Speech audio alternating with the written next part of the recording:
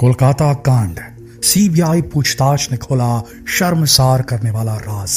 कोलकाता एक शहर जहां जिंदगी कभी थमती नहीं, वहीं एक जगह जो इलाज के लिए मशहूर थी वो बन गई एक डरावने सपने का केंद्र। एक यंग डॉक्टर जो अपने फ्यूचर को लेकर उम्मीदों से भरी थी, उसे ऐसे हालात में मरा हुआ पाया गया जो इतने क्रूर थे कि उन्होंने पूरे समाज का विश्वास हिला दिया।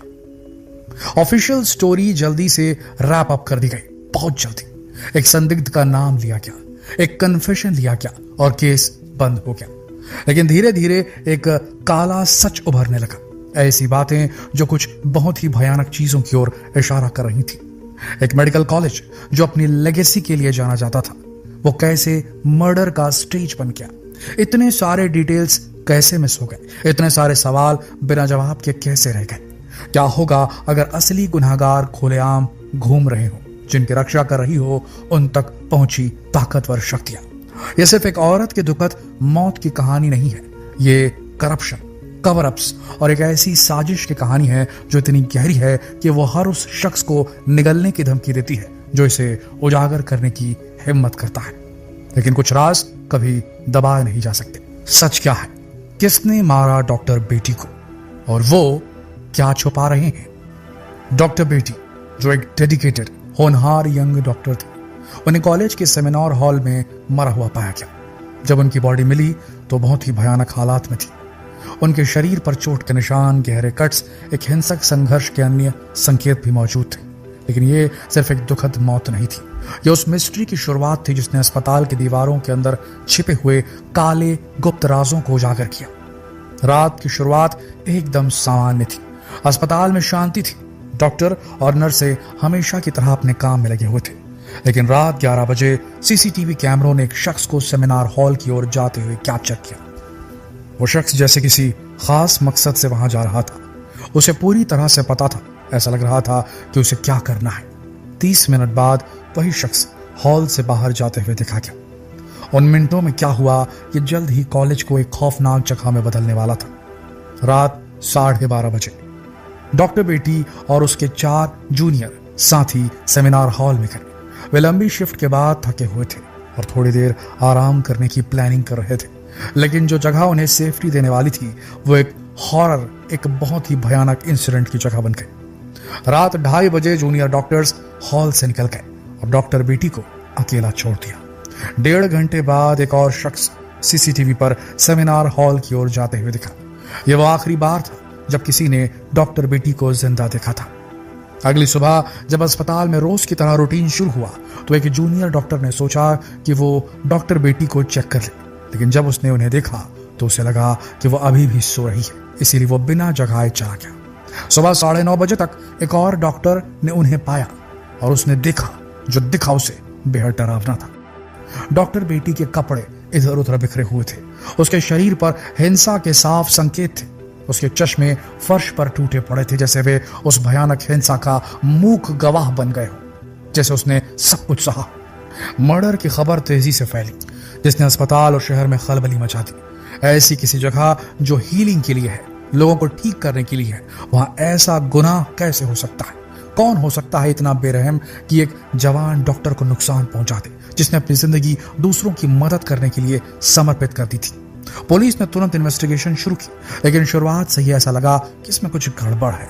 क्राइम सीन को सही से सिक्योर नहीं किया गया और जरूरी एविडेंस को अनदेखा कर दिया गया। डॉक्टर बेटी का फोन, लैपटॉप जिसमें जरूरी क्लूज थे, उन्हें काफी बाद में कलेक्ट किया गया। ऐसा लग रहा था जैसे जो लोग इंचार्ज थे वो सच्चाई को छिपाने में ज्यादा इंटरेस्टेड थे बजाय कि उसे सामने लाने में। जल्दी पुलिस ने अनाउंस किया कि उन्होंने एक संदिग्ध को पकड़ लिया, संजय रॉय, जो एक सिविक वॉलंटियर था जिसकी पहचान उसके करप्ट प्रैक्टिसेस के लिए होती थी। पुलिस के अनुसार संजय को सीसीटीवी में सुबह 4 बजे सेमिनार हॉल में घुसते हुए देखा गया था। जब वो बाहर निकला तो उसका ब्लूटूथ नेक बैंड गायब था। बाद में नेक बैंड संजय के फोन से कनेक्टेड पाया गया, जिसके आधार पर पुलिस ने उसे गिरफ्तार कर लिया। संजय अस्पताल में जाना पहचाना चेहरा था जो अपनी पोजीशन का फायदा उठाकर मरीजों और स्टाफ से पैसे ऐंठता था। उसने क्राइम कबूल कर लिया और पुलिस ने केस जल्दी से बंद कर दिया। लेकिन कुछ बातें मेल नहीं खा रही थी।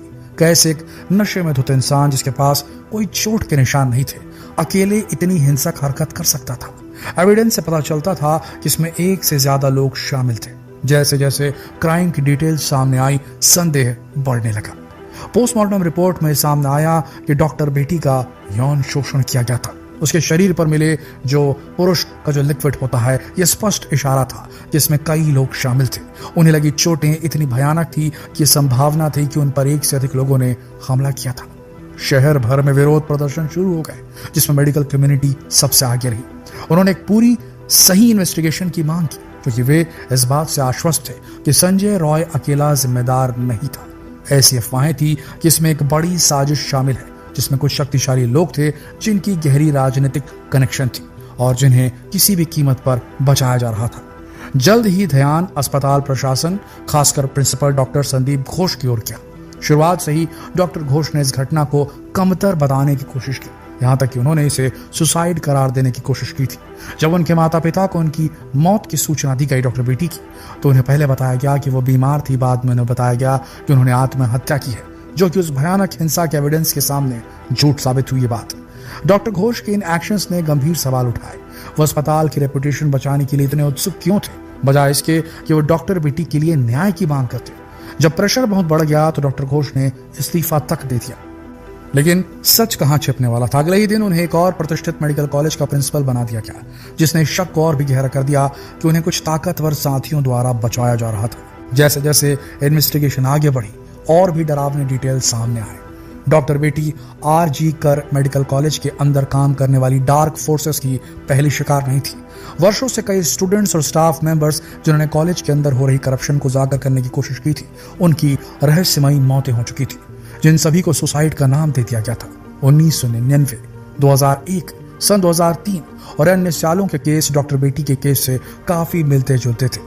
जो भी लोग इस सच्चाई को उजागर करने की कोशिश करते थे, उन्हें चुप करा दिया जाता था।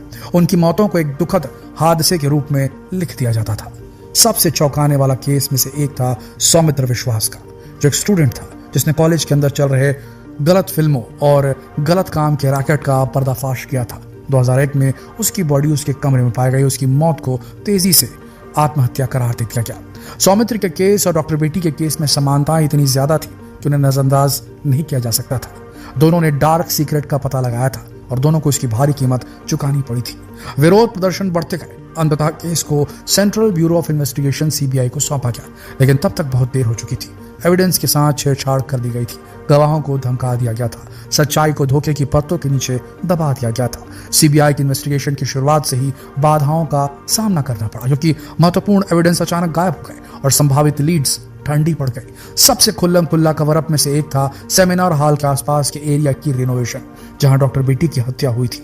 रूटीन मेंटेनेंस के बहाने वहां काम करवाया गया ताकि बचे खुचे जो भी एविडेंस हो, सबूत हो, उन्हें नष्ट किया जा सके। इस बेशर्म कोशिश ने क्राइम को छिपाने की धारणा को और मजबूत किया, जिससे यह विश्वास और भी गहरा हो गया कि असली गुनहगारों को किसी भी कीमत पर बचाने के लिए ताकतवर फोर्सेस काम कर रही थी। जैसे जैसे सीबीआई ने केस की गहराई में खुदाई की, उन्होंने एक करप्शन का नेटवर्क पाया जो आर.जे. कर मेडिकल कॉलेज की दीवारों से बहुत आगे फैला हुआ था। प्रिंसिपल डॉक्टर घोष की गहरी राजनीतिक रिलेशनशिप्स का खुलासा होता है। यह स्पष्ट होता गया कि वो अकेले नहीं काम कर रहे थे। ऐसे सुझाव मिल रहे थे जिसमें खतरनाक चीजें, पॉलिटिक्स, गलत काम, सब कुछ एक साथ नेक्सस से जुड़ा हुआ था।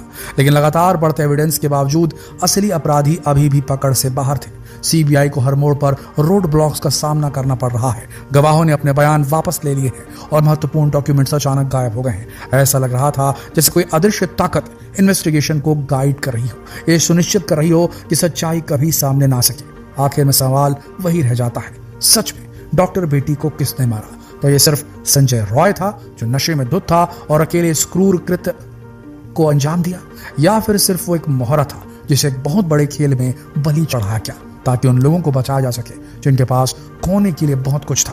सच्चाई, ऐसा लगता है, शायद कभी पूरी तरह से सामने ना आ सके, लेकिन हाँ, सीबीआई जांच चल रही है और सच इस बार सामने आएगा। आपका इस पूरे प्रकरण पर क्या ख्याल है? नीचे कमेंट सेक्शन में लिखकर जरूर बताएं। जितना हो सके, अगर ये वीडियो आपको नॉलेजेबल लगी तो शेयर करें, फेसबुक पर, व्हाट्सएप पर, यूट्यूब पर। धन्यवाद।